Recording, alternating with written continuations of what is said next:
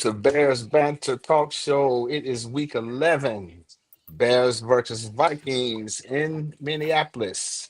This is a critical game. Once again, I said last week it was a pivotal game, but this is a critical game. It's a division game.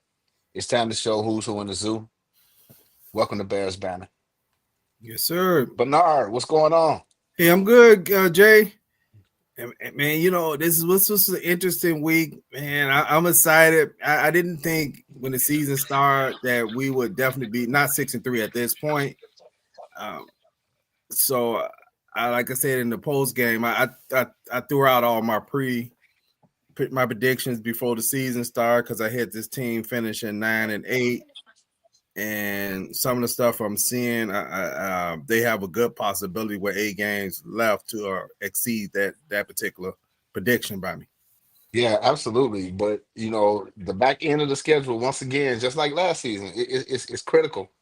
We got division games with the Packers sandwiched in between the game, so it's gonna be it's gonna be interesting. But it's one of those things too as well, where when we look at the schedule, I say this every week. When we look at the schedule in May, when the schedule release come out, we be like, oh, the Packers this, the Packers this, the Bears this. Oh, we're gonna lose this game, we're gonna lose that game, we're gonna lose this game, we're gonna win this one. But you just never know. And the way our division is shaping up right now, I mean, outside of the Lions, who are, I mean, they good, they're electric, but everybody else, including us, I don't know where we're gonna fall. Yeah. Looking at the records, Bears 6-3, and the Giants, not Giants, but the Vikings are 4-5. I know we were just going over the win-loss records of the Vikings and the teams they beat so far. Of course, they beat the Bears in the opener, which is kind of almost like a defensive meltdown in that game. At the Exactly. last weeks of the game. Matter of fact, they had a score right at halftime that was kind of.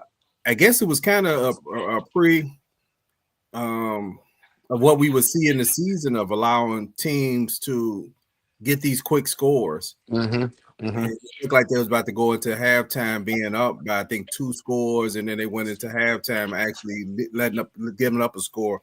But they beat the Bears, the Bengals, the Browns, and the Lions. So the only teams that they beaten that was winning is ironically was the 2 division foes. Yeah. Right. So yeah, and again, we hear this thing where people talk about like, the Bears ain't played nobody, and I think the way people look at it, like I said, the Lions play some of the same teams that we have played, but the difference is we are winning these games in the final minutes, whereas the Lions are blowing people out. And I think that's when people talk about, we they ain't playing nobody. Well, we playing the same teams. We beat them, but it's just not a blowout. And like I was telling one of my coworkers, I'm like, this ain't college football. This ain't about style points. It's about wins. Yeah, Jay. They've actually played 7 of the same opponents, and they have. I know both of them are 6-3, but if you look at who the Lions, the only body the Lions beat with a winning record, if you want to use the winning and losing record, is the Bucks. That's the only team, and the Bears. Those are only 2 teams they beat. But if you look at the time that they met the Bears, both of them had losing. Both They of them was was first on game of one. the season, right? So Right. there was Right. no particular record at all. I'm sorry, I'm going by Detroit. Kind of mixed it up. When they played Detroit hasn't beaten. They played 7 of the same opponents, and so even though they're blowing people out, their record is 6-3, and like I said, the only winning team they beat is the Bucks. So and the Bears. So it's just one of those things on perception, right? Perception. Right. Hey, Right. welcome to And the podcast, Christian. What's going on? what's going on, Chris? With the sound. And one other thing, I was watching the Patriots game last night as they were playing the Jets, and it's very hard to win. Yep, you're exactly right, bro. It's hard to win in the NFL, and we will take whatever wins we can get. You're exactly right. But I was watching the Patriots last night, and I'm looking at the Patriots record. The Patriots are 8-2, and they have the second strength of schedule, the second strength of schedule, worst strength of schedule. Well, yeah. and people like, oh, well, they not playing nobody. But the difference is, if you look at their wins, I mean, they scoring 38, 40 points. And they beating people by a lot of points. So, that's I think that's what people look at. They look at, well, they are beating some teams, but they beat some teams they're supposed to beat, but they beating them by these astronomical numbers. Yep. What you have, Christian? No, I mean, I agree with both. You gotta take the wins. You gotta take the wins and just keep it going, keep the train going. Can't focus on how good a team is. You just got to win because I mean, Miami just beat somebody last week, didn't they? They beat the Bills. You hit the Yeah. Bills. They beat the Bills last week. I mean, you can lose any. I mean, there's so much parity in the league. You can lose on a Sunday. And it's one of those things. It goes back to the old adage where they say any given Yeah. Sunday, a team can lose. Yeah. Yeah.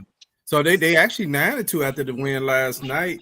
Yeah. And Okay. Yeah. and a lot of times when you look at blowouts, I think what we are not I'd say us as Bear fans are not looking at the new Patriots are playing good defense. Mm-hmm. They're Mm-hmm. playing so in order to blow a team out, you also have to play good defense. Your offense is clicking on all cylinders, but you have to play good defense in order to stop the other team. But I think in some weird scenario at times when I listen to Bears fans and look at it on social media, it's almost like they're acting like the offense is giving the other team points. Right? It almost sounds like that. It's like a weird way. I was just talking to somebody the other day, yesterday, and he was like, "Man, he said, what do you think gonna happen down the stretch?" I said they could probably win 4 or 5 of them. He said, "Man, not with that offense, man." And I said, what do you mean? And then he was like, "Man, not with." I said, hold on, man. They averaging almost 26 points a game or more. I don't understand. Like, what are you saying? I said, it sounds like it's the defense. He said, baby, but the games are tight. I said, because you're not supposed to give a team 20 points at halftime. Right. Right. Right. Right. Context is everything.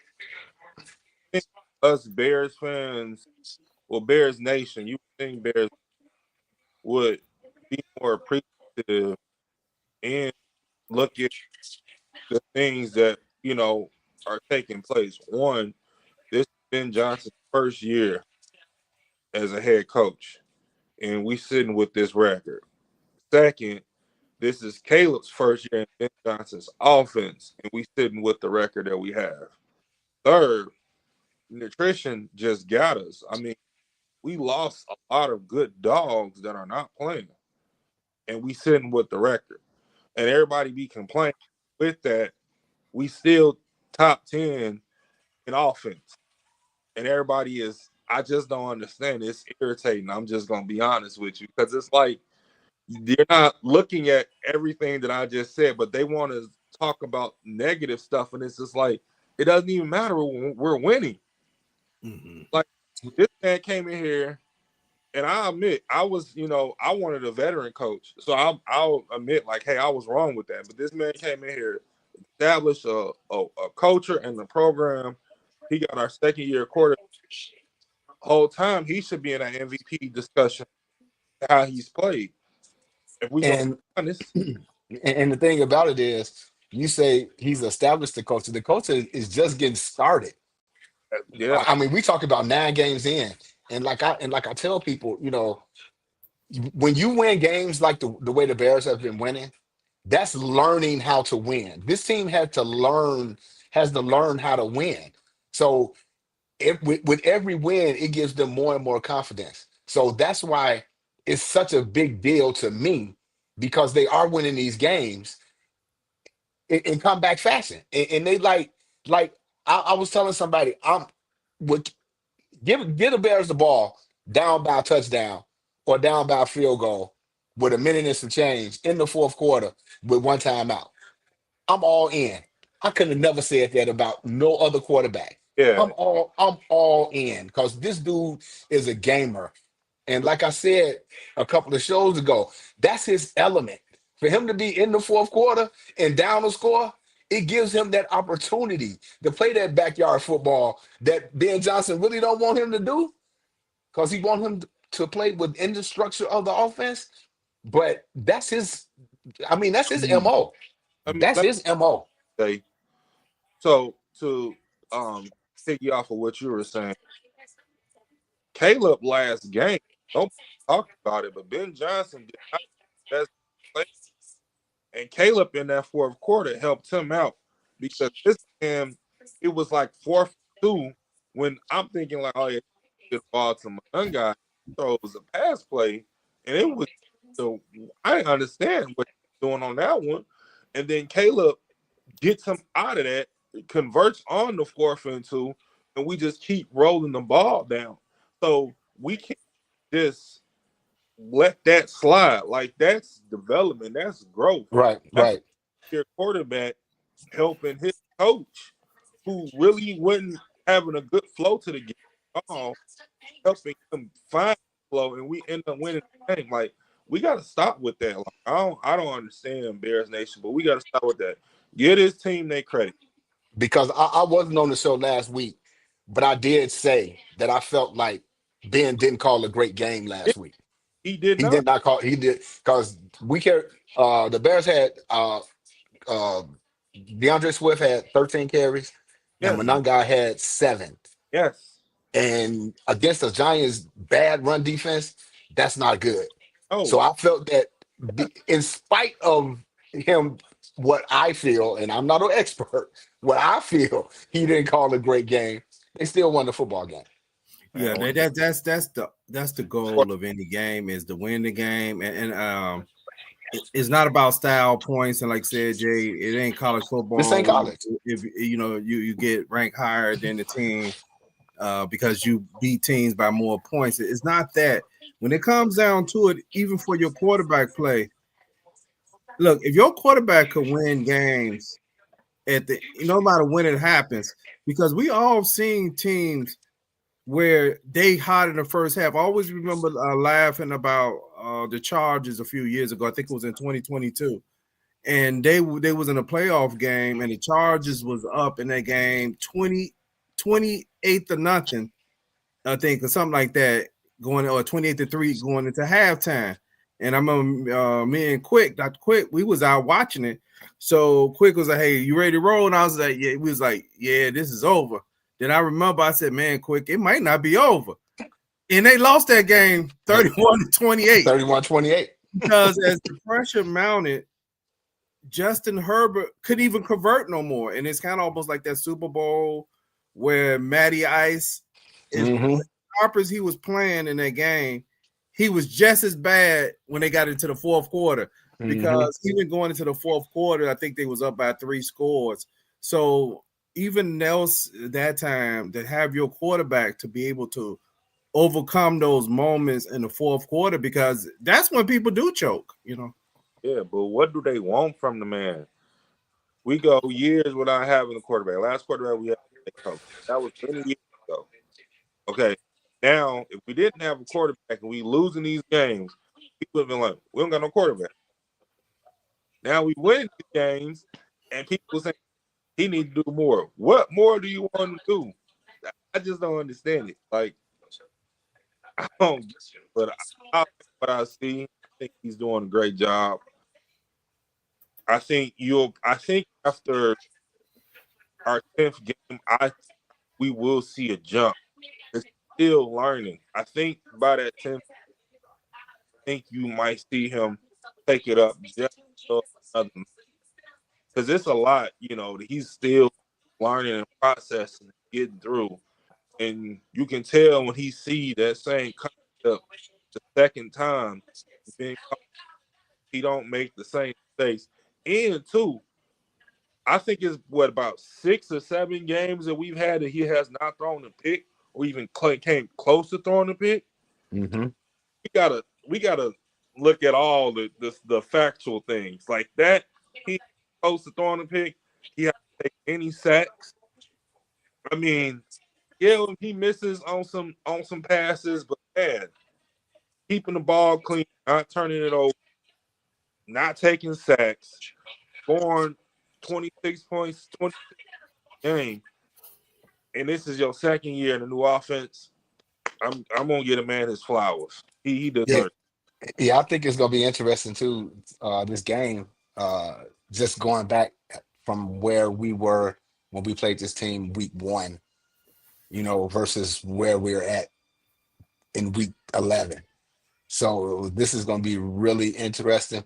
I do remember in week one where we thought that Brian Flores was going to pressure Caleb in the first half, and they really just kind of sat back. And I think that's how the Bears wind up going into halftime with the lead because Brian Flores sent no pressure in that first half, but in the second half he sent the pressure. So it was like it was like an adjustment. So I'm really looking forward to see how this game is going to go this week after we played them week one versus week 11.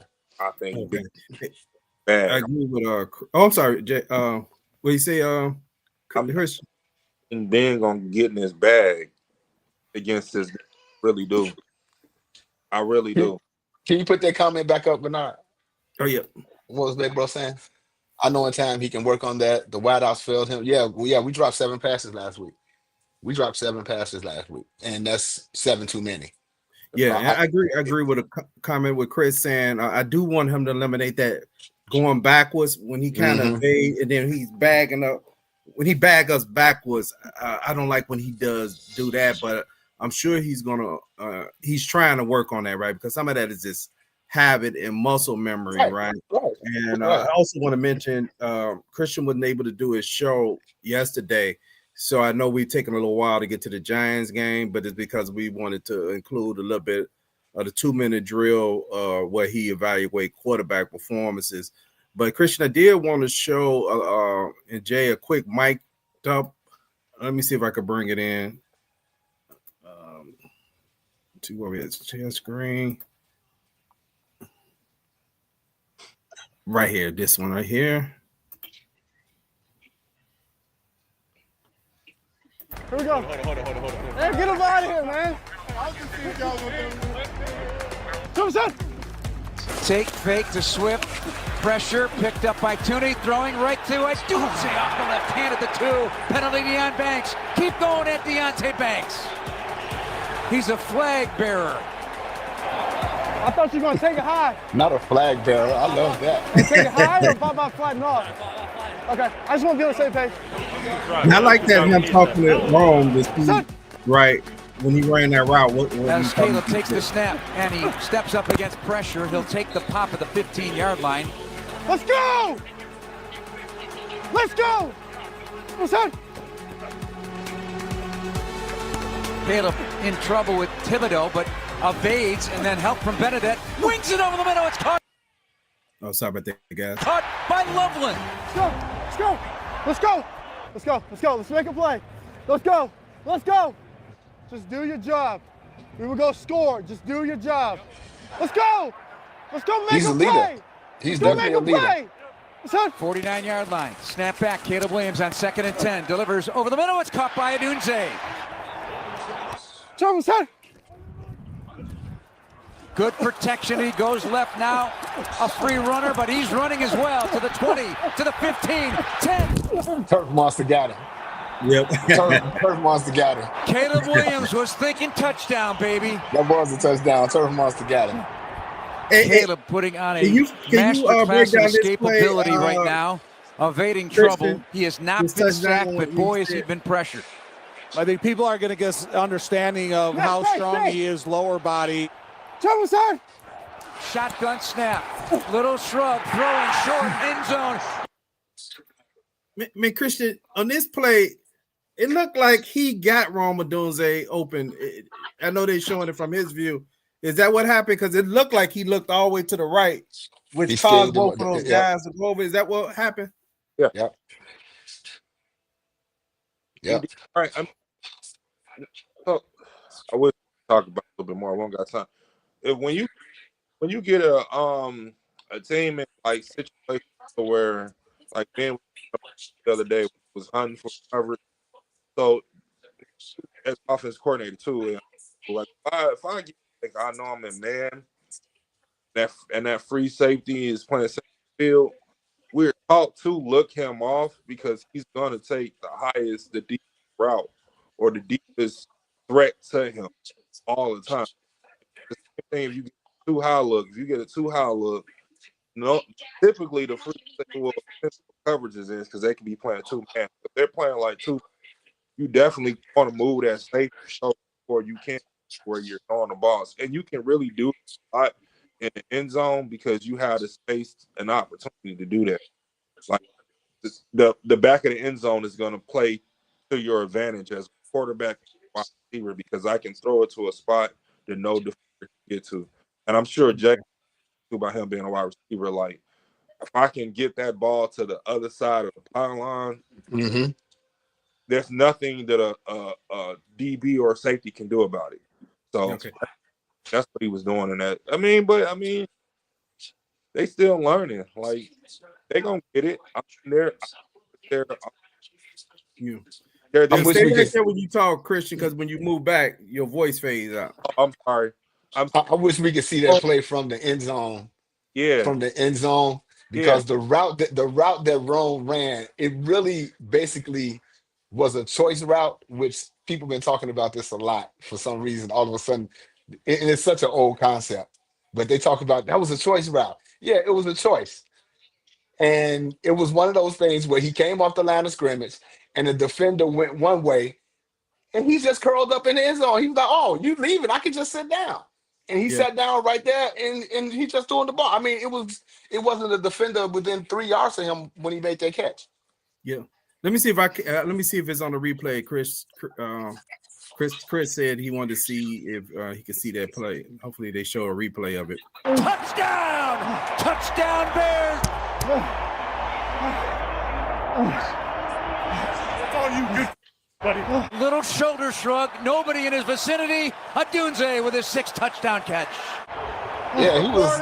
I mean, it was like, you know, as nice as that touchdown throw was, just the effort that Caleb gave leading up to the point where they had an opportunity to get a touchdown throw, it inspired the rest of his teammates. You're about to go win this game for us. Man, I love Case Keenum role. Case Keenum. Are you having any fun? Because I am. You're dealing right now, bro. I freaking love it. Go get a dirty one, rally the boys, let's go, man. Hey, they're about to make a stop for you right now. You're going to go win us this game. Absolutely. Let's go. Let's go. Let's go. I need y'all. Let's go finish this. Let's go. Now, you see how that's admit how people say he's never talking to people on the sideline? You always hear that, and I'm like, because they only show you what they show you. Right. And right. Some people would say he's not talking to anybody. He's a jerk. I just saw that about 2 weeks ago. He's a jerk. He's never looking at the I think it's called Microsoft Surface or anything. None of the coaches talk to him. And look at it right there and show you I'm talking to Case Keenum comes to him, either him or the QB coach is talking to him out there every time he comes to the sideline immediately. Yeah, but again, you know, to me, it's all about perception, and people can just make perceptions out of what they want them to be versus what the reality is. Williams rolling to his left, running now. 15, 10, 5, end zone! Caleb Williams, 17 yards, took care of business himself. Let's go, boys! Let's go! Let's go! Let's go! Let's go! He has had himself quite the day. Yeah, you know what it is. You know what it is. Yeah. I just think people need to just sit back and enjoy the ride, man. I don't know what the ride is going to take us, but just sit back and enjoy the ride, man. Yeah. You know what it is. You know. You hear them call him Iceman. Just sit back and enjoy the ride, man. Let's go. Hey, a 101 victory. 101, ready? Victory formation. The Bears are going to put this one away. Let's go! I'm loving it. I'm loving it every minute of it. Hey, let me show one more, man. This is really just the locker room. Then we get on with the rest of the program. Hold on, let me do this. Here we go. Share screen. I mean, I was inspired by this particular locker room. Okay, here we go. Let's go! Let's go! You know what it is, man. Greatness, bro. Come on, bro. Let's go. You played a humble game. You won us. Let's go. Let's keep going.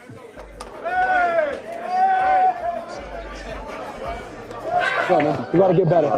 Yep. We gotta get better. Let's go! Let's go! That's interesting. So when he hugs his coach, the coach said, "I'm proud of you, man." And he said, "We got to get better." And to me, man, it's refreshing, man, because it's almost it's opposite of what everybody been saying about Caleb. He's actually acknowledging, even though we won, coach, we need to get better. Right. Yeah. And they have to get better. I mean, they know they can't. It's not realistic to win all the, your upcoming games, in the last minute of a quarter or of a game, I should say. But it's going to be one of those things. I still say our record is 6-3, and in the 9 games, we have not played a full football game where we had special teams, offense, and defense clicking on all cylinders. But it's gonna come. It just needs, and I feel like it's gonna come at the time that they need it to come, and they just working towards that. And I think it's gonna be something to watch. But again, let's just talk about the context. NFL has changed so much. How you can practice. It takes absolutely to jail this thing. That's why I said after the 10th game, I think you will see a climb in him and just everybody. And then too, coaching matters, man. It matters. It matters. Last time we ever had a coaching staff that's just this professional. Everybody, every position coach is literally that dude. You know what I'm saying? Mm-hmm. And if you think about it, because Caleb is good, but look what he got. Like he went up the field to a real quarterback coach. Then you got a real veteran, Case Keenum, helping him. Then you got Ben Johnson, who not only just your head coach and play caller, but Ben Johnson was also quarterback too. So you just got so much information, so many guys that you can relate to. He has no other choice but to succeed. I'm like, the 10th game, we're going to see a difference. I'm telling you, we're going to see a difference. Well, this is the 10th game coming up, so I'm hoping we're going to see the difference this week. I'm telling you. But what I want to add to what you said was coaching matters. Because if you think about it, outside of our interior offensive line, our 2 guards and our center, this team is basically the same team from last year. Yeah. If you think about it, we pretty much, I don't know the number, but I would say out of our 53-man roster, we probably have 40, I'll just make the number smaller, 42 of our 53-man roster was on this team last year. Yeah, that is true. Coaching does matter. So it ain't like no big changes. Rome was here last year, DJ was here last year, Swift was here last year. All these guys were here last year. But the difference is competent coaching. Yeah. And like you said, Chris, on all levels. And it goes down from the head coach. Well, I was going to say the special teams coach, but I got problems with him, right? But it goes from the head coach all the way down to the special teams coach. Coaching matters. Coaching really does matter. Yeah, I agree. Because even the use of how Edmonds is used versus how Edmonds was used the previous 2 years. But Jay, I wanted to bring up this stat because I thought this was a very interesting stat. Caleb Williams' passer rating in the fourth quarter is 143.8 in the last 5 minutes of a game this season. his adjusted completion rate is 72.3 72.3% in the in fourth the fourth quarter, quarter. which is, I mean, he's playing his best. You know, I just wanted to put some stats on there, and I do want to point out that when I researched the Commanders last year, 6 of their games they won within the last 1 minute of the game. So even though it seemed unrealistic to be able to win like that, we actually just saw the Commanders do it last year. What you got, Christian? I want to add to that. You know why that number is like that? Because of Ben Johnson. You know, when Ben Johnson get in the fourth quarter, you know he doesn't really make that many substitution of personnel. Yep. And last night, you look at the Jets and how they fourth quarter down and they trying to score again, and they over there doing substitution with no clock. So when you can go 12 personnel and then you cause the defense to get their big boys out there, and now Caleb actually knows what type of coverage, only gonna maybe 2 or 3 coverages I'm gonna get, that's gonna help him. So that stat, yeah, it's Caleb, but it's also Ben, because Ben knows exactly what to do in those moments. Yeah, that was crazy last night. It was like, okay, I see no sense of urgency. No Y'all sense. trying to score in the fourth quarter, and y'all, what are y'all doing? But at the same time, last year, y'all remember last year's game against Detroit when we was trying to come back and score, and everybody was looking around like, what are we doing? What are we doing? Those are the types of things. Yes. As many times as the Bears this year have been in these situations in the fourth quarter, you have seen no panic. I'm watching games and I'm like, Ben, call a timeout. Ben like, no, we got this. We got this. Ben is gonna have a timeout in his pocket always. He really stretches out and knows how to manage the game.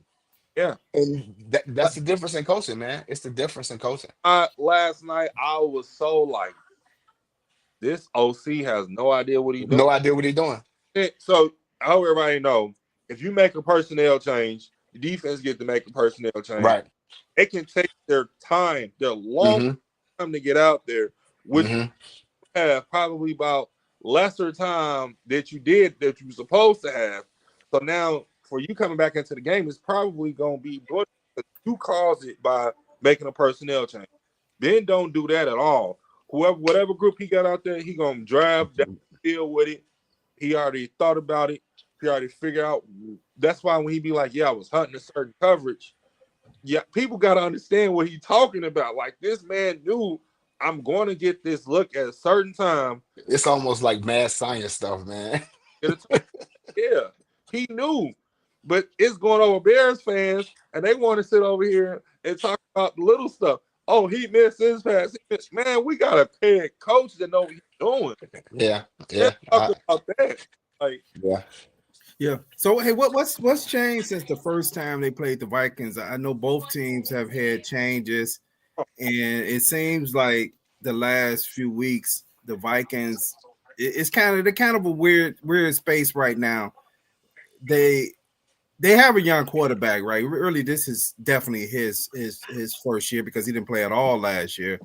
And I think because they did so well last year, I think that the mentality of the team is not really was ready to take that step back and let the quarterback play, and the fan base really was not ready for that, especially how well Sam Darnold played last year.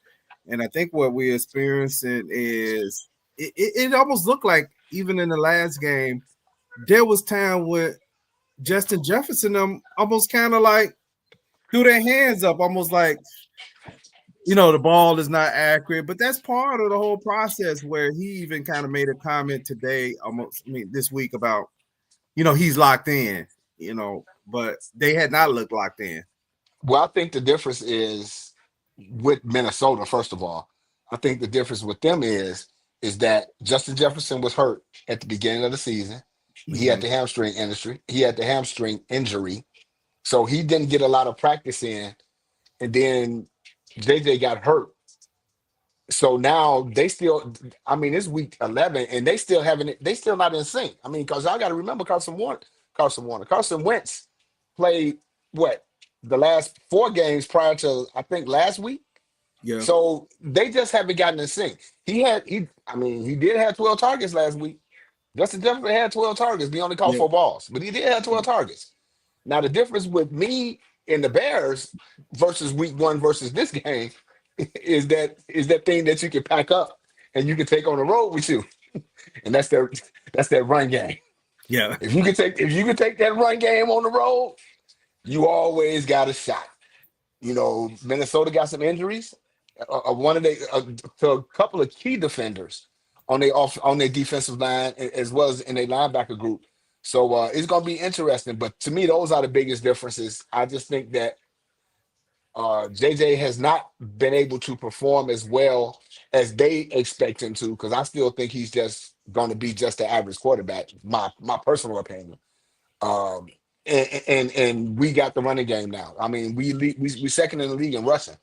And week one was week one.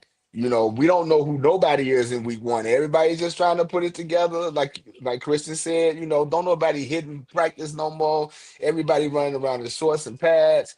But so week one is an anomaly versus week 11. Now everybody all lathered up. Everybody lathered up now. So we're gonna see who's who in the zoo. think the stat. I think I could be wrong, but I the Bears averaging like 7 points a carry, something like that. Mm-hmm. Somebody fact check me on that one. If it is whatever the case is, I do know. Ben said we're gonna fix the run game. After 5, fix the run game, and they get to anything. So that's for the Vikings because you really don't know how Ben gonna attack. He can come out in 12 and run against you. And the hardest thing with the Bears is everything looks the same. And Everything is not predictable. yeah, it's because if I'm running the ball, I can go to play action. I can sprint, sprint action. I can go to boot. I can do anything, and it'll look exactly the same. And you don't know what I'm be hit with. That's gonna cause Brian Flores, who loves to blitz, he might not be able to because if you blitz and I run ball and I run zone, I'm running against whatever you blitzing from, you gonna get gat. You gotta And, play type of discipline. and if you go back and look at the last 2 games that the Bears played, they ran the same formation and ran like 10 different plays out of the same formation with some of the different personnel. It was different personnel, same formation, but different plays. And that's the disguise that Ben Johnson brings to this offense, where he has to keep the defense has to be on their toes all the time. Yeah, you know what? Facing Brian Flores defense this time, one of the things that he was able to do early in the season, and the first 3 games team did it to the Bears, they actually put a lot of guys in the box and showed Caleb a lot of pressure. Even though in that first half of the game, they didn't really blitz at all. Nope. It showed him a whole lot. And he was missing a lot of his deep balls the first 3 games. The difference now is those deep balls are actually hitting guys in the hands, even if they don't come down with it, or even if it's off a little bit, it's actually hitting guys in the hand. I'm not saying all of my total catchable every time, but that's the difference of how those deep balls, and the Bears have such an explosive offense since they did the first couple of weeks. It's a little bit more challenging to want to bless him, especially with the way he's avoiding sacks. And if you coming out with a full out pressure and he avoid that sack, you seeing the emergence of Luther Burden. I wish we had that on the replay. That was a hell of a throw to Luther Burden late in that game. That ball was in the air before Luther Burden even turned around. And when that ball came down, that ball was so beautiful. It landed in Luther Burden's arm like he was like a running back. It just like came right and slid up his arm. So he just tucked it, turned around, And I love the way that kid runs when he get the ball. He actually got about 5 or 6 more yards. Yeah.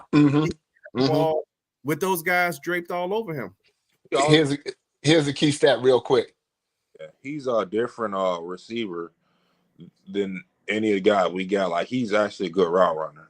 He's an exceptional route runner. Oh, But here's a quick stat real quick. Caleb Williams ranks first in the NFL to touchdown to interception ratio and passer rating 136.3 when facing the blitz. That's big. 136.3 against the blitz. That's huge. And that's not fourth quarter. That's just during the season against the blitz. So again, this is week 11 versus week 1 against the Vikings. So I just think it's going to be a different animal with the running game going the way it's going as well. Yeah. Well, y'all gonna see how I feel when I tell y'all my score picks. Flores is a fool to bring pressure. I'm just being honest with you. Well, I think the only reason he brought the pressure in the second half last week because they were down. Yeah. And he felt like because they brought nearly no pressure in the first half. But I think in the second half, he was like, okay, we down. Now I need to bring some pressure. So I think week 11 versus going to look a lot different versus week 1. Better not do it. He better not do it. He do it. They better get home. If they don't, it's an issue. And he better anticipate when they're running. Because if you do that and they run, I'm telling you, guys don't get in their gap. And then too, talk about the right side of that offensive line with Jonah Jackson, Darnell Wright. Them boys be moving people. So Darnell Wright is mauling people right now. Ben Johnson criticized him after week 2 against the Lions. And ever since then, it's almost like he's switched a light switch has clicked on him. And he has been mauling people. And that's one of the biggest reasons why this running game ranks second in the NFL because of the right side of that line. But they all nasty though. Like the weakest link. If he get a chance to take you to the ground, do it without hesitation. Because he brought, I don't know what team that was, but he brought that to the whole blindside block. But Buddy brought him all the way to the sideline. So they all got edge. We ain't seen that time either. Yep. Jaden Johnson ain't coming back, man. He not coming back. That's some gamesmanship. They opened up the 21-day window for him to come off the IR, and they listed him today as questionable in practice. But I don't think Jaden Johnson will be back until probably Packers game. The first Packers game. He probably won't be back. Although we could use him right now. We got some key games coming up. Don't want to bypass this Minnesota game, but we got AJ Brown coming. Who hasn't been playing well. I don't even want to start all that. So let me stop. But we need Jaden Johnson. We need him for the playoffs. But right now, that's just gamesmanship. And I'm just happy that he could actually get back on the field. Man, we get back to the Packers game. Them the most crucial games. Those the games that we need him because we got the Packers sandwiched in between. I believe it's San Francisco, maybe. It says San Francisco sandwiched in between that back-to-back those two Packers games. Yep. So yeah, that's all gamesmanship. That's all gamesmanship.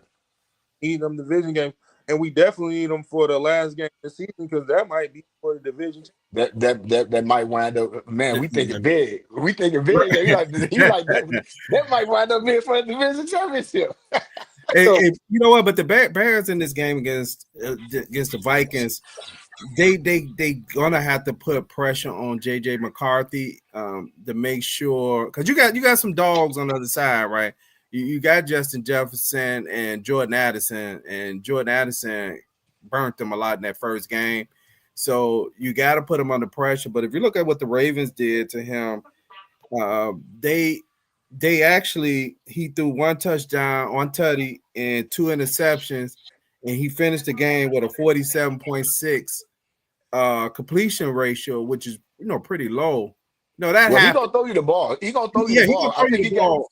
I think he got 7 picks in 4 games he started this year. So he's gonna throw you the ball. Yeah. So So put so that the pressure on defense him just to got to make be sure ready. he does. Don't give Yeah. him all that time to survey the field, because that's what kind of happened in the latter half of that game, because actually the beginning of the game they was getting pressure on him. But when they got to the second half, they were not dialing up enough pressure. So I'm hoping they get him off his game, and let him throw some of them INTs to us. Right. Unless this my thing. Unless Grady, what's his name? Grady, he gonna have to earn his money. Swift actually, he been balling, but he needs else to help him.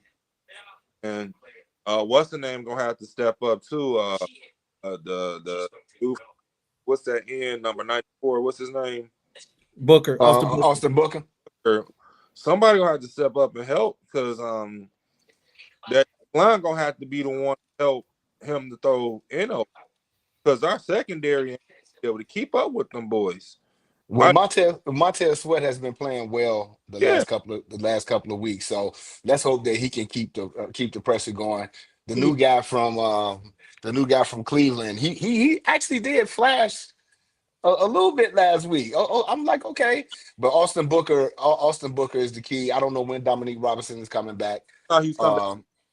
But we just got to get pressure on the quarterback, man. We got to get pressure on the quarterback, and we got to be able to run the ball effectively if we're gonna win this game Sunday. Now we know TJ Edwards is going to be out the game. Yeah, he's out.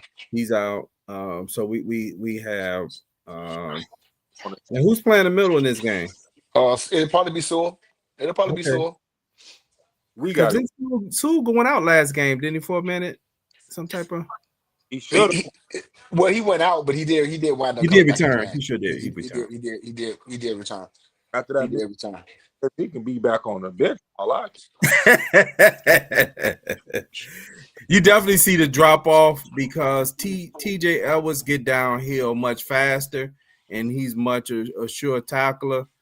But in this game, man, it's all a matter of inches. And what we have seen the progress these last, I would say, 2 or 3 games is we've seen improvement on the offense of not having those penalties, right? Because I think the last game, I don't know if they had any penalties in the red zone. And the interesting thing is, like we was talking about offline and too, like some of the perception that's going on. The Bears have actually been more efficient offensively the last 4 or 5 games that even the punting has went down. I think like the game last week, not the one that just passed, they punted like twice. And I think even in this particular game, it may be maybe 3 times that they punted. So the Bears are actually sustaining drives. And of that's course, a good the weather was sign. real bad, so they actually passed up on some field goals and went for it on 4th a few times. I think there was like 2 out of 4 on 4th down or 1 out of 4 on 4th down, something like that. Both teams struggled on 4th down conversions in that game. Yeah, so I just think, realistically, this is going to be a game that is going to come down to coaching. I think it's going to start out with a lot of cat and mouse between Flores and Ben Johnson. And we talk about Flores like he's the head coach of the team. But but Mike McConnell, Mike McConnell is he's the offensive coordinator and the head coach. So it's going to be interesting to see. But I just really think that these two teams are totally different from the last time they played. Yeah, You got to remember this is a team that went up to Detroit and beat the Lions as well.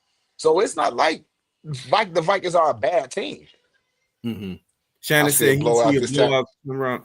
Saturday, you know what? Saturday. Let's see what happens. I hear you, bro. We could not run in bro. the first game, or we lacked commitment. Bro. Yeah, we lacked commitment to the run game early in the season, and we have did a tremendous turnaround in our ability to run. And one of the things I really like about the running game this year is really our running backs that are actually getting those yards. I know Caleb got some runs here and there, but our running game is based off our running backs. Because a few years ago, we talked about the Bears running game being high potent, but in reality, It a was lot all of that Justin was Fields. quarterback. It was Justin Right. Fields a lot of the times that was actually leading the charge in the running game. So I love that the fact it's the running backs. And I believe if we keep working on Maganga, that's going to be a nice 1-2 punch once they figure out that rhythm of those two. Mm-hmm. Mm-hmm. Speaking of Shannon, you stole my thunder. But let's see what the records are. We need to blow out this tight games be making me. I hear you, man. I hear you. Ooh, but I And don't. don't be at Soldier Field. Don't be at Soldier Field and have to go to the bathroom. Jay, y'all be like the players and spit on yourself. Man, it'd be tight, man. It'd be tight because man, the bathroom, man. That's why I say, man, I'll be so glad when they go to Arlington Heights. I'll be so glad because everything is just gonna be so much better when we get to Arlington Heights. But let's put up those records, Menard, so we can see where everybody at. Okay. Oh man, Christian, we don't even have yours, man. I gotta add yours on there. We got Jay 8-1. I'm 7-2. Guy 6-3. Got didn't make the program tonight. Plank 6-3. He didn't make tonight. And Dr. Quick 6-3. Christian, you got your schedule? Where you at? Oh, Selections. be honest with you. Yeah, keep up with it. Oh, be Okay. honest. Oh no, last week though, I said 47 points. I did say that. I was wrong, but we won though, so We won, so that's all that count. I got to win. Okay. Hey, before we get to the predictions of this game, you know, it's that time. Let me find out. I know Guy ain't here tonight, so But we gotta do 2 for 2. 2 for 2. 2. 2 for 2. Oh, Man, 2 for 2. Hey, let me guys say, who does Caleb remind y'all of? Man, that's an interesting question. That's a good question. Shannon, let me think on that. Then we're gonna go to 2 for 2, and if I could put my finger on it, we comment on it. 2 for 2 is when you pick your top 2 teams and your bottom 2 teams through 10 weeks of football. Hey, who want to start it off? I can start it off. You want to start off, Jay? Yeah. I'm gonna say my bottom 2 teams is the Jets and the Saints. Mm. And who I'll put at my top 2 right now, as bad as I don't want to, I got to put Detroit up there. Man. Detroit, and I'm gonna say Indianapolis. Okay. for real? Yeah. Oh, Okay. Yeah. Let me think about it. Christian, look up Jonathan Taylor stats, man. Just look up his stats. I know. Just look up his stats. Insane.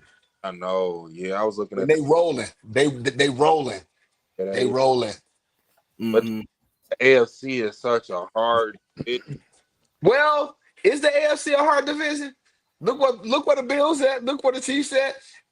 It's all newbies at the top right now. If If you look at the AFC, it's all newbies at the top. Look at you got the Chargers, you got Indianapolis, and you got the Patriots. the Chiefs gonna get in. And we ain't said nothing about getting in out of the playoffs. I'm just saying, looking at record wise right now, it's all newbies in the AFC. It's all newbies. All right, I'll do mine. Okay. Bottom, I'm gonna go with the Jets, and I'm gonna go with the Titans. Oh, I forgot about the Titans. That's how bad they are. They wouldn't even on my radar. Top two, I'm gonna do an NFC and AFC. Top 2, Eagles. And I'm gonna go right now, the New England Patriots. Okay. Man, that's interesting, man. I'm gonna look who I got down. I'm gonna go to Jets, man, because I think they're kind of like they're in that in between where they don't know if they want to lose games, win games. Guys really want to win games. Coach want to win games, but whatever. They confuse what they want to do. I pick Cleveland because Cleveland is in that space where they don't know what they want to do, and I think they're trying to stall until Deshaun Watson come back, but I don't know what they expect to happen when he comes back because they'll probably be already out of it by then.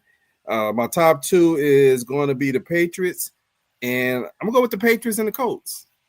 Okay, but just to think about it, look at the NFC right now.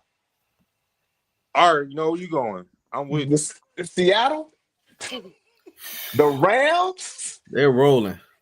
Hey, it's some firepower in the NFC right now. You know, and we talking about top two and bottom two. We could have a 1A and a 1B and a 2A and a 2B as far as the NFC and the top teams right now. So it's going to be very interesting to see how this is all going to play out. And Seattle and the Rams play each other this week, so that's going to be pretty good. So yeah, this NFC is trying to be like, hey, we still a dominant a conference. So it's gonna be nice to see. Yeah, Matthew Stafford should be in the end. Matthew Stafford, wait, 38 years old. He balling. He balling right now. He is balling. He's playing good ball. You know, it's something about his career real quick is he was balling in Detroit, but when Detroit had that bad karma that was going, they would have those kind of moments like the Bears would have where they would just blow games at the end of the game, right? And they had so many seasons where you could count 6 or 7 games that you'll say, man, they should have won that game. Won those games, right? And I think the best thing he did for his career was to get out of there because he was able to get out of that karma that they was having of just kind of shooting himself in the foot constantly. I'm glad he's still here, man. I'm glad he gone. Okay, I'd rather take Jared Goff. I'd rather play against Jared Goff than Matthew Stafford. Matthew Stafford be having them Super Bowl contenders every year. He sure. And one other thing before we get to the predictions, I just want to say, y'all see what happened in Detroit, right? Yeah, talking about changing play callers. Yeah. Good luck with that. Oh, buddy boy. We ain't gonna miss Ben Johnson. Dan Campbell calling the plays right now. I ain't never heard that man call plays ever. I didn't even know he was capable. I was like, oh, he calling plays. But yeah, that's another Ben Johnson effect. Man, I can't wait till we play Detroit again. But we on the Vikings this week. I can't wait till we play Detroit again. But we on the Vikings. And just to say, and I'll end it. I'll end it on this. We play the Vikings week 17 in Soldier Field in January. Come on. January. Yeah, we gonna see them boys. Wait on that one. Wait on that one. Yeah. So, have a good that one. He ain't good in cold either. So look up his stats. Games under 21 degrees. Yeah. Hey Jay, I want to give a caveat. caveat of you saying that NFC. I wanted to point this out too for something to ponder about Bears fans. It's 16 teams in the NFC. Other 16 teams, the Bears are ranked number 5. If they're ranked number 5, that means there's 11 teams that have won less games than the Bears. Of course, they haven't be the winning team because they're actually one of the winning teams in the NFC because they're ranked 5th. So it's not too many teams, because the team on the top are balling, because what is it? The NFC, what is it? The East? I think it's the West. The West. I mean, you got 3 teams, and that matter of fact, the third place team won 6 games. The teams at the top have both won 7 games. So what people need to understand on the stretch, I mean, you may not even get in as a wild card with 10 games. You may need 11 games this year to be a wild card team. Look at our division. We got and go ahead, Kristen. I'm just saying our division is tough too. Hey, I still said I have a bet with a guy at the job. I told him that There is not one team in the NFC North going to win more than 10 games. I'll talk about the Bears, the Lions, the Packers, and the Vikings. There is not whoever win that division, they're going to be 10-7. Because people talk about, well, the Bears ain't played nobody. If y'all understand how the schedules go, everybody in the NFC North play each other twice. Mm-hmm. Everybody in the NFC North play the AFC North, which is the Ravens, the Browns, the Bengals, and the Steelers. Everybody in our division are going to play those teams. And then you have the NFC East, where we play the Cowboys, the Eagles, the Giants, and the Commanders. Mm-hmm. So we all playing the same teams outside of 2 games. Yeah. Where we wind up having, we got San Francisco and we had New Orleans because they Yeah. was the last place teams in those other divisions. Right. We playing the same teams. So, but I told Bernard, I think what it is, people like, oh, the Bears ain't playing nobody. Well, the Detroit played the same teams we played. But is it because Detroit blow those teams out and then we win close? Is that the difference? We playing the same teams. I So think, that's what I don't understand. I think that's That's what I don't understand. Okay, yeah. Okay. But a win is a win in the NFL. Like my brother said, a win is a win in the NFL. You don't apologize for a win in the NFL. yeah, but they not looking at our team look a lot different. If you got Kyler Gordon, Jalen Johnson, Edwards, if we got our key guys, our secondary right now got our cousins out there playing. Right. Yeah. Right. Come on now, like We come on. have not played one game this year with a full strength team. Not one. Yeah, I agree about the Patriots. They just now starting to get in the tougher part of their schedule. Early on, they was kind of playing some cream puffs, but now they're getting into the meat of the schedule. But you know what? I have to give them credit because they're taking care of those teams now. But that's the key.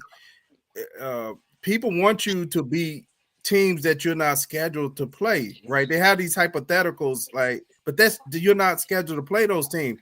So it doesn't matter who you meet early on. The more and more you win, the more contagious and the expectations start increasing.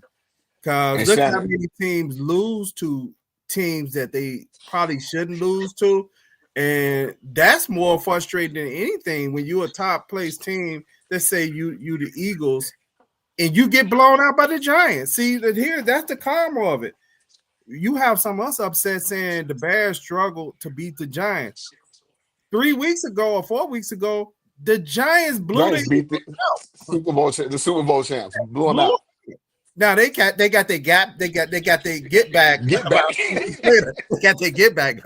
But our schedule didn't do us no justice either because they gave us a bye after the 4th week, right? Right. So we running straight 12 games. But Shannon, you're right. The Patriots are taking care of business. I ain't mad at them. You supposed to beat up on cream puffs. And they got a second year. They got a second year quarterback. They got Mike Vrabel, who has been a head coach in the NFL before. So you can't say he's a first time head coach. He's been a head coach before. So and then not only that, they brought back Josh McDaniels, who's been a great offensive coordinator in this league for a long time. So it's all a work in progress. So you said they might be the weirdest team in the NFL. They my team, but they might be the weirdest team. But Mark, I ain't gonna complain about no wins. Hey, Mark Chin, you watch this, you was wrong. Because Campbell was a left tackle. Stop, get that man's respect. That balling last night. Yeah, he right. was. Yeah, he was. Let's get to these the predictions in this game and how you think the Bears is going to pull this off. I think I'll start it. The Bears need to run the ball well, manage the clock well, put pressure on JJ, force him into some mistakes. The Bears, if they can put together a good, solid drives, get touchdowns instead of field goals, kind of like what they did last game.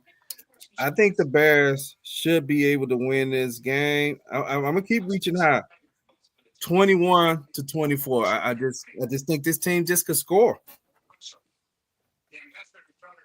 Okay. What you got, Jay? Go. The Bears need to run the ball, control the line of scrimmage. It's going to be loud in the dome because this is a must-win for Minnesota. They need to control the line of scrimmage, and they need to not have pre-snap penalties. And with that said, I'm picking the Bears. Okay, I see okay. Sex Machine say I got Chicago 54-14. Hey, never know. Never know. But hey, guess what? I'm close. The Bears are going to blow the Vikings out 44-17. Hey, Sex Machine, Jay is on the same page with you. He got them blowing them out 44-17. 44-17. What you got, Christian? I was thinking, well, to go, as you guys were saying, well, we need to run the ball. Ben needs to be aggressive. Take your shots, Ben. Second, we need on our first drive to get a touchdown. Establish pressure right away. Go down on your first drive, get a touchdown. I got us winning, let's say 32.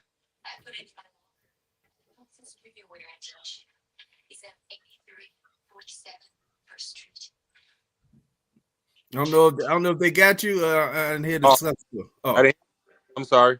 I got us winning. I'm gonna say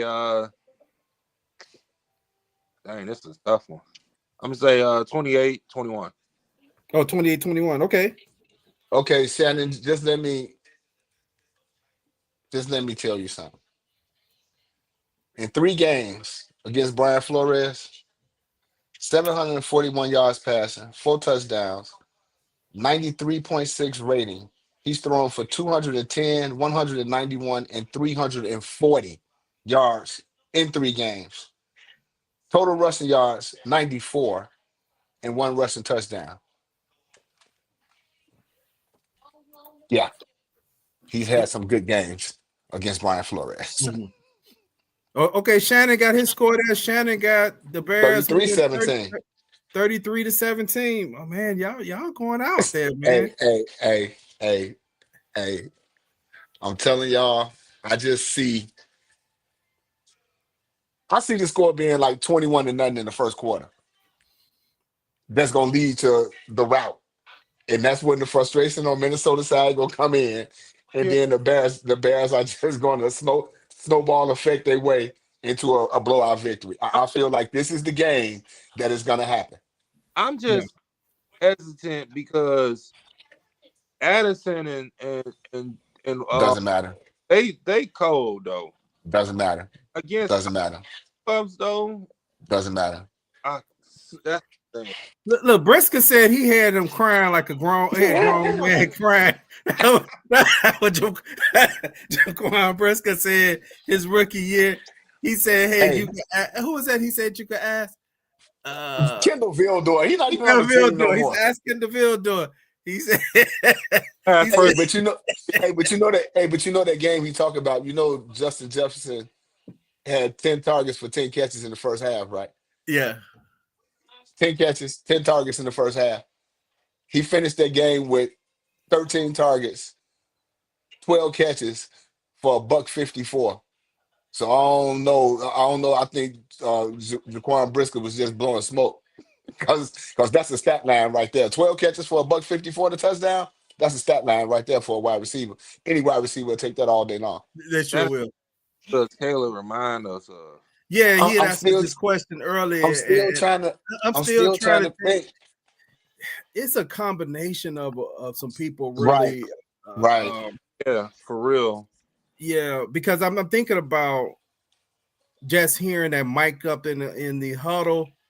It reminds me of the mic ups of Joe Montana, and you know, nobody misunderstand what I'm saying. I ain't saying he Joe Montana, But The those guys, demeanor in the the yeah. demeanor in that huddle, they always talked about how they would look at Joe Montana in those moments, and they knew they had it right. And when you look at Kevin Byer, he was on the show, this podcast this week, Uh-huh. and he was talking about Caleb in the confidence that he was talking about Caleb in the last minutes of those games. He was like, man, when we look at 1-8, man, we know, man, if that game close, we all know it that we got a chance. We're gonna probably win that game if 1-8 get that ball. Man, when Yeah. your defense start talking about you like that, that's confidence, right? Because that even makes them play better because they like if we could get that stop, right? Which the Bears did, right? They got that stop in order for them to get that last drive. So even those guys are hyped up, like, man, if we could get this one more stop, man, we could. Because it seemed like whatever's happening in those games, that defense does step up on those last in that fourth quarter as well. Because all they got to get is one stop. For me, Just one stop. I'm gonna go a little different on this one. Remind me of so I go with President. I'm gonna go a little back. So some of his throws do remind me of Pat Mahomes. You can't deny it. Yep. Weird off platform throws, but he gave me that personality of little weird Jonathan McNabb. That dude was weird, but he kind of had like his running style is sort of like that because Jonathan never. Yeah, that's a good point. Yeah, like evade to like run as a rusher. He always evade to like throw, and he had a strong arm. I mean, Caleb's arm motion is a little bit more quicker and faster, but he kind of got that build, kind of shorter. So I would say like Pat with a little bit Jonathan running ability, because he ain't like Caleb's shifty, but he's not like shifty. He not like Lamar Jackson shifty. Like he gonna get and he gonna get down. That's kind of sort of what Jonathan used to do. Jonathan ain't never truck nobody. That dude would get down. Yeah. That's a good point. I think as a we just kind of would say he's a unique guy, right? He's gonna have, this is what we're hoping for, because I know that throw to DJ, it ended up being an incompletion, and it probably would have been hard for him to get his we would never in bounds. He probably wouldn't have been able to get it. Nobody wouldn't have got in bounds with that. Yeah, that would have been very difficult to get his feet in. But the point is that throw was ridiculous. He was sprinting full speed and threw it on a rope 45 yards that actually hit a guy right in his hand. Yeah, man, that's impressive. I mean, I know that people could describe him like a baseball pitcher, and it's something, because if that had been some way that they caught that ball, that'd have been a play that people would have been talking about. And I want to go back 2 weeks. If somehow they had managed to pull off that Ravens game, one of the most incredible throws this year would have been that play when he gets hit and throw the ball to DJ. And he's all the way on the left side of the field, and he's hit. And the ball goes up on spot. It goes at least 15 yards across the field and another like 30 yards up the field and land right in GJ Moore's hand. But because they lost that game, that's not really talked about. Hey, Chris, look like you thinking about something. Oh, I was thinking about the game-winning touchdown pass that he threw to Loveland. Like, we gotta go in the backyard and try to like have somebody hold up a broomstick, and you go 20 yards and see if you can skim the ball over like that. And if you can, then you need to be playing in the NFL. If you can't, get on the couch with us. Then you'll have a greater appreciation on how hard that pass was. I mean, the dude he threw it over was not like he was like 5'11" or 5'8". That was a big dude. Dude was like at least 6'4". And he threw it like that pass just was like, man, I don't know how many people make those passes. Tom Brady, but I don't know until he passes Tom Brady had 15 yards down the field skimming somebody like that. There's only one person I know that do that. and that's Pat Mahomes. Yeah. Yeah. Because he had some throws last year against the Vikings that were crazy. Matter of fact, he had one play that was similar where he threw it over one of the linebackers' head, and I think it went to Rome. Was DJ one of them in that game? Because matter of fact, they should have or could have beat the Vikings last year. I mean, they had the Vikings against the ropes in the game. I want to say one of those games was what It went to overtime. overtime. Yeah, it went to overtime. Yeah. Yeah, it was overtime victory. So it's all positive, man. To me, I mean, the Bears are, like I said, personally, they're ahead of schedule than what I had them at being this point. And no mistakes. They're not a finished product. They're still working on stuff. But if you can make mistakes like this and still win, if you could have imperfection and still win, see, a lot of teams in the league, they have to be perfect to win a game. If one thing go wrong, it's like Jay lights said, out. It's gone because they just cannot overcome. But this team has been so resilient. They're overcoming mistakes. I mean, the amount of special teams mistakes they was making, even at some point now where you really don't even trust the kicker. Right. And you still finding a way to overcome that. Absolutely. Winning game in a way that we ain't never seen before. And when we did see, it was like it went. We were like, man, that wasn't really supposed to happen. These last 4 games, game-winning touchdowns. Give Ben his credit, Caleb his credit. Offense, top.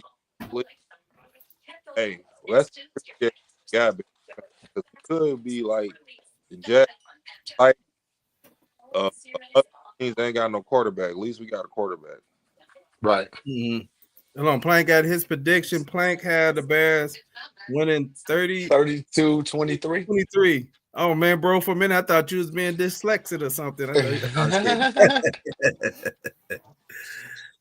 Hey, it's a whole lot of positive. I hope if we pull this off Sunday, I hope us as Bears Nation embrace what we're heading to if we pull this off. Because if we pull this off, we're now 7-3. We're actually, believe it or not, are strong in that hunt. And you make the Vikings fall lower, and if the Lions lose, you're in first place. Hey, right. The Lions is losing. They're not beating the Eagles. No, they're not. No, they're not. So we'll be in first place if we win. Just a few minutes. Make sure you subscribe to Bears Banter on YouTube. Hit the subscribe button, and so you could turn on that notification bell. So whenever we drop content, you'll be able to get an alert. And tonight we kind of combined a 2-minute drill with Christian Jones, so that's why we went a little long with the pregame show. And so we first half of the show we did a lot of analysis on the quarterback. And as we worked our way to the game itself. So I'm looking forward to the game on Sunday. I think this is going to be an exciting game, and I'm hoping we do get that blowout because I am convinced we have not put it all together in the game yet.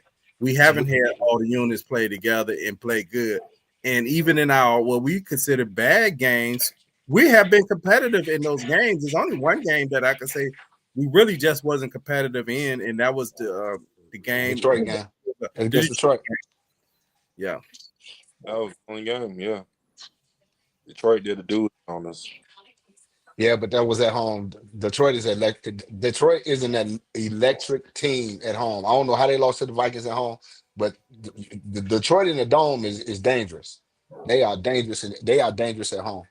But we shall see this week. You know what? I'm still puzzled how they even lost to the season opener to Green Bay. That's still even puzzling, but that show how much teams change from the opening weekend, to as the season goes by, because watching Green Bay the last few weeks, I'm sorry, I'm trying to get off to another topic, but when we get to them, to me, Jordan Love is kind of almost like, man, I don't know if that's the guy or not. Man, they call him from Matt LaFleur's head in Green Bay.